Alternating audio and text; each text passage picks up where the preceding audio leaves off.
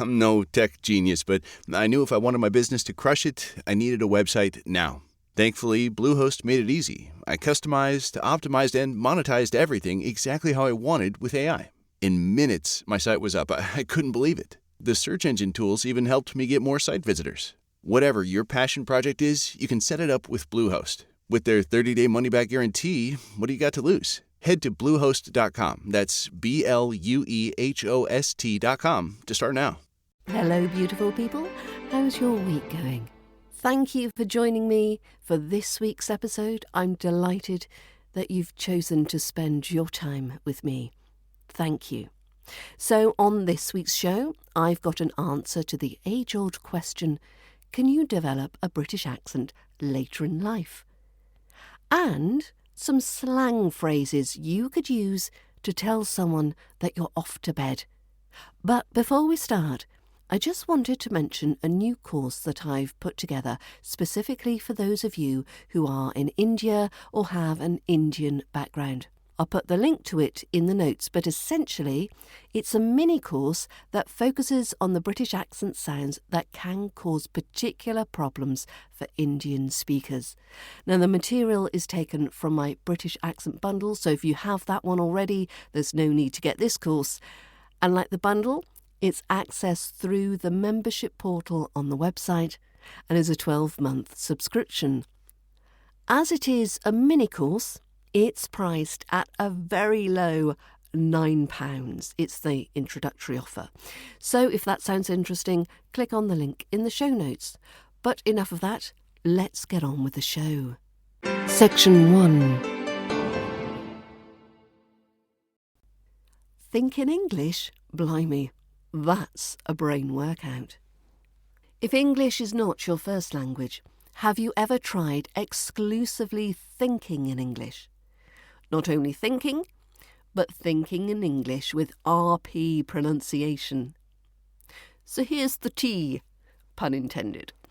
If you want to sound like you've just stepped out of a Jane Austen novel or a BBC drama, you've got to train your brain to think in that posh, polished RP accent.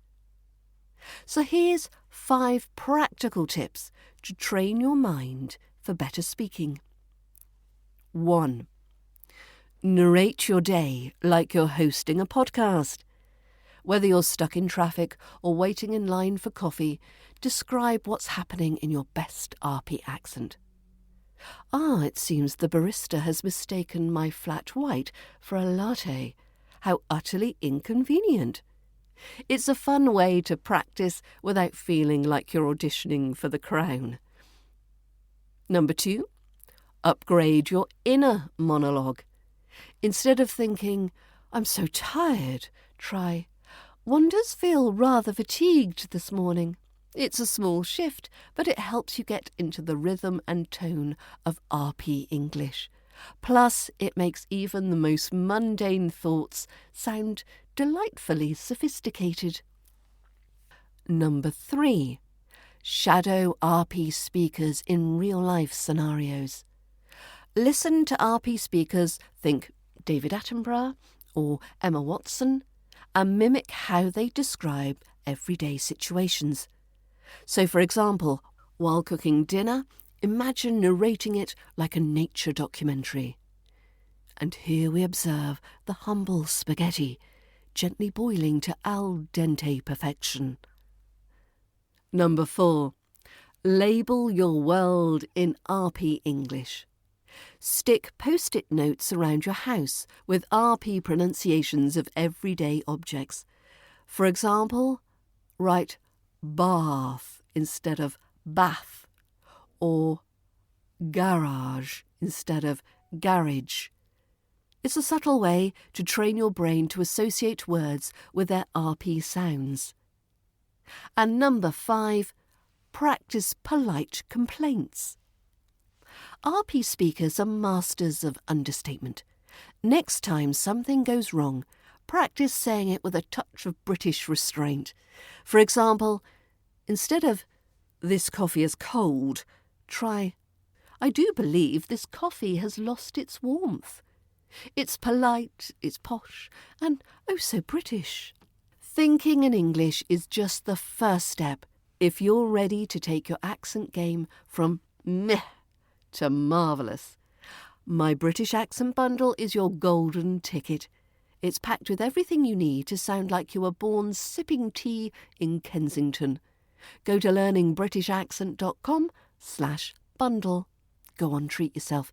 Your inner Brit is waiting. Section 2. Can you develop a British accent later in life?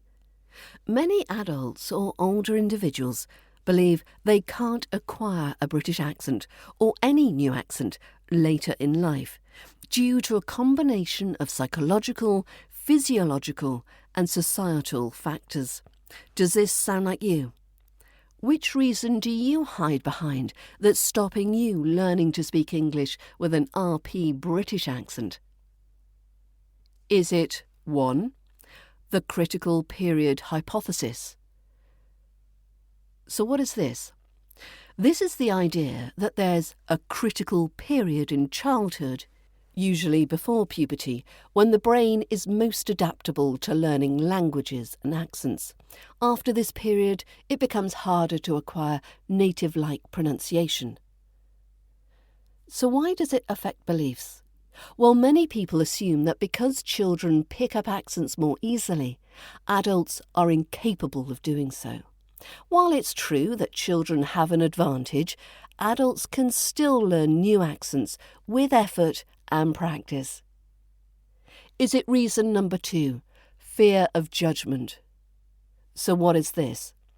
Adults often worry about sounding silly or being judged by others when attempting a new accent. Now, this fear can discourage practice and experimentation, making it seem like acquiring an accent is impossible. In reality, everyone starts somewhere, and even native speakers have diverse accents.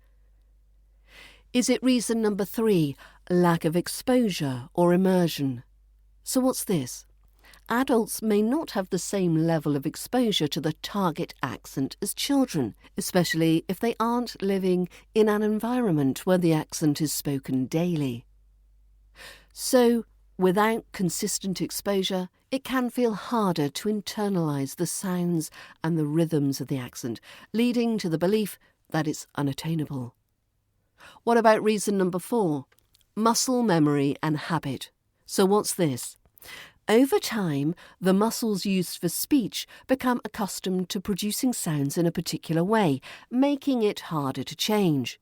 So, adults may feel that their mouth just won't cooperate with the new sounds, which leads to frustration and the assumption that they can't learn the accent. What about reason number 5? Self-doubt and a fixed mindset. So what's this? Many adults believe that their ability to learn new skills diminishes with age, which includes language and accent acquisition. This fixed mindset can create a mental barrier, making them less likely to try or persist in learning a new accent. What about reason number 6? Lack of guidance or resources. Some adults may not know where to start or how to practice effectively. So without clear guidance, they might assume that acquiring an accent is too complex or requires innate talent. And what about reason number 7, the perceived lack of need? Some adults may feel that learning a new accent isn't necessary or practical for their lives. Now, if they don't see a strong reason to learn, they may convince themselves it's not worth the effort, or that they can't do it. And finally, number 8, accent identity. For some, their native accent is tied to their identity, and adopting a new one might feel inauthentic or uncomfortable. This emotional connection to their original accent can make them resistant to change, even if they do admire the British accent.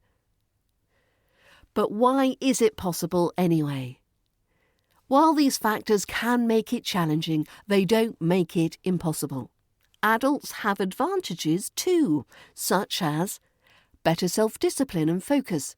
Adults can dedicate time to structured practice. Analytical skills.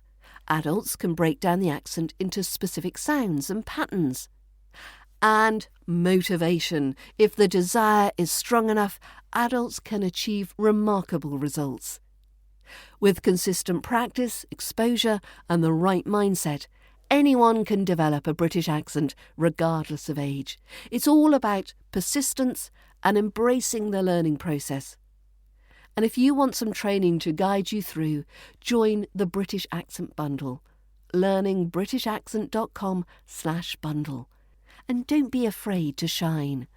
Section 3. Exploring British slang for go to bed.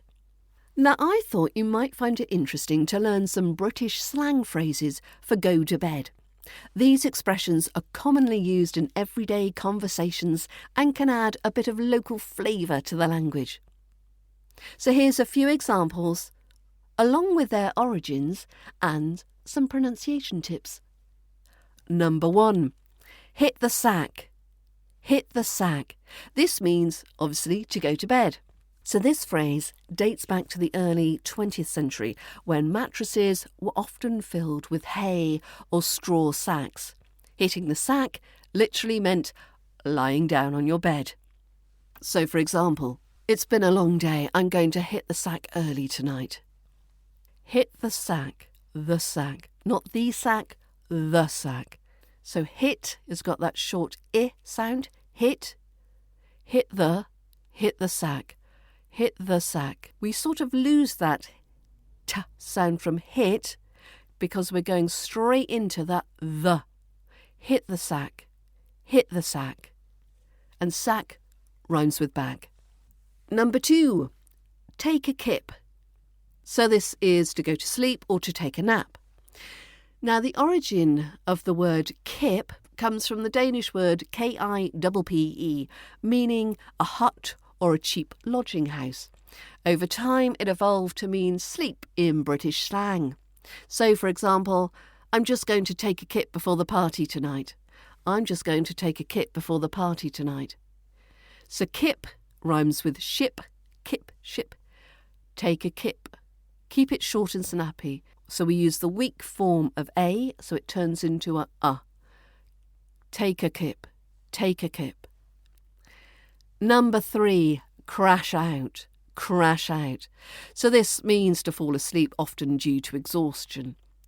This phrase likely comes from the idea of crashing into bed after a tiring day. So, for example, after that hike, I crashed out as soon as I got home.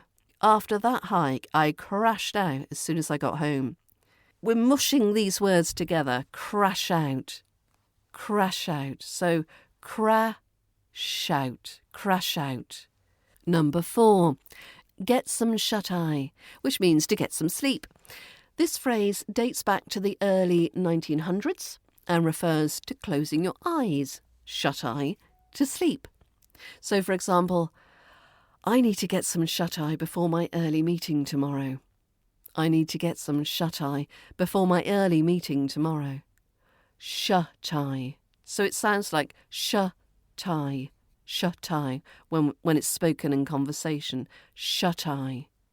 And number 5, catch some Zs. Catch some Zs, which means to go to sleep. Now, the letter Z is often used to represent snoring or sleeping in comic strips. And Z is the British pronunciation of the letter, not Z, as it is in America. So, for example, I stayed up too late last night. I need to catch some Zs. I stayed up too late last night. I need to catch some Zs. These phrases are a fun way to sound more like a local when talking about sleep. So let me know if you'd like me to explore some more British slang. Section 4. Mastering quantities. How to measure like a Brit. Ever found yourself baffled by British measurements? Well, you're not alone. The UK is a glorious mishmash of metric and imperial units, a place where we measure road distances and miles, but drink pints of beer, which, by the way, is bigger than an American pint. Just saying. So, in the spirit of helping you sound more British and slightly confusing you in the process, let's break down some essential ways we measure quantities in the UK. Number 1. Weight, the stone-cold truth. In the UK, people don't weigh themselves in pounds or kilos. No, we use stones. 1 stone is equal to 14 pounds. So if someone says, I've lost half a stone, it's roughly 3.2 kilograms. But let's be honest, who's really losing weight when biscuits exist? Although it is getting more common now to hear kilos and pounds rather than stones these days. So an example sentence you might overhear. I've put on a stone since Christmas. Must be all the mince pies. And the cheese. And the entire box of Quality Street. Number 2. Length and distance. A mile a minute.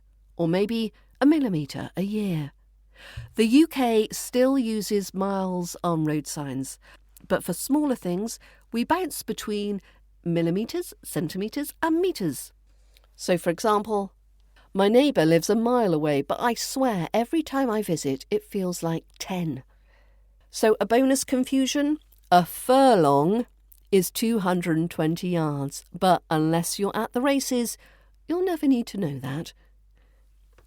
Number 3, volume, more than just pints of beer. So we don't just measure beer in pints, we also buy pints of milk. Meanwhile, petrol is sold in litres, but cars measure fuel efficiency in miles per gallon, which makes total sense. So, for example, I'll grab a pint of milk on the way home. I'll grab a pint of milk on the way home. Number 4, money. Quid, bob and pennies. 1 British pound is also called a quid. We used to have bobs and shillings, but thankfully they've disappeared with flared trousers and mullets. So, for example, lend me a tenner, which translates to give me £10 and I'll pretend I'll pay you back. Number 5, time, the great fortnight mystery. In Britain, 2 weeks isn't just 2 weeks, it's a fortnight. And we often say things like half past instead of 30 minutes past because we like to keep it classy. So, for example, let's meet up again in a fortnight. Let's meet up again in a fortnight. Number 6, temperature. Freezing, boiling, or it's a bit nippy. We measure temperature in Celsius, not Fahrenheit. 0 degrees C is freezing, and anything above 25 degrees C is too hot for the UK to function. For example, it's 18 degrees, time to break out the shorts and sun cream. Number 7, speed. 20 miles per hour feels like Formula 1. Speed is measured in miles per hour, mph, which makes sense until you realise wind speeds are given in kilometres per hour. For example, I was doing 30 miles per hour, but Dave overtook me like he was on the last lap of Silverstone. Number 8, capacity. My storage is full, again. Whether it's your phone memory or your stomach, we measure capacity in gigabytes and litres respectively. For example, I have 512 gigs of storage, yet somehow I have no space for a single new photo. And number 9, energy, calories. Don't want to know. We measure food energy in calories. But let's be real, if a packet of crisps says it's 250 calories, do we really care? For example, this biscuit is 300 calories. I'll eat 3. So there you have it, British quantities explained with a healthy dose of sarcasm. Want to really sound like a Brit? Then your accent needs to match the words. That's where my British accent bundle comes in, with step-by-step guidance on RP pronunciation. You'll sound so posh, people might assume you own a stately home. Or at least know someone who does. So are you ready to master the British accent? go to learningbritishaccent.com/bundle. Well, that's it for another week. Don't forget to get hold of that bundle so you can access training any day of the week at any time of the day. But until next week, bye for now.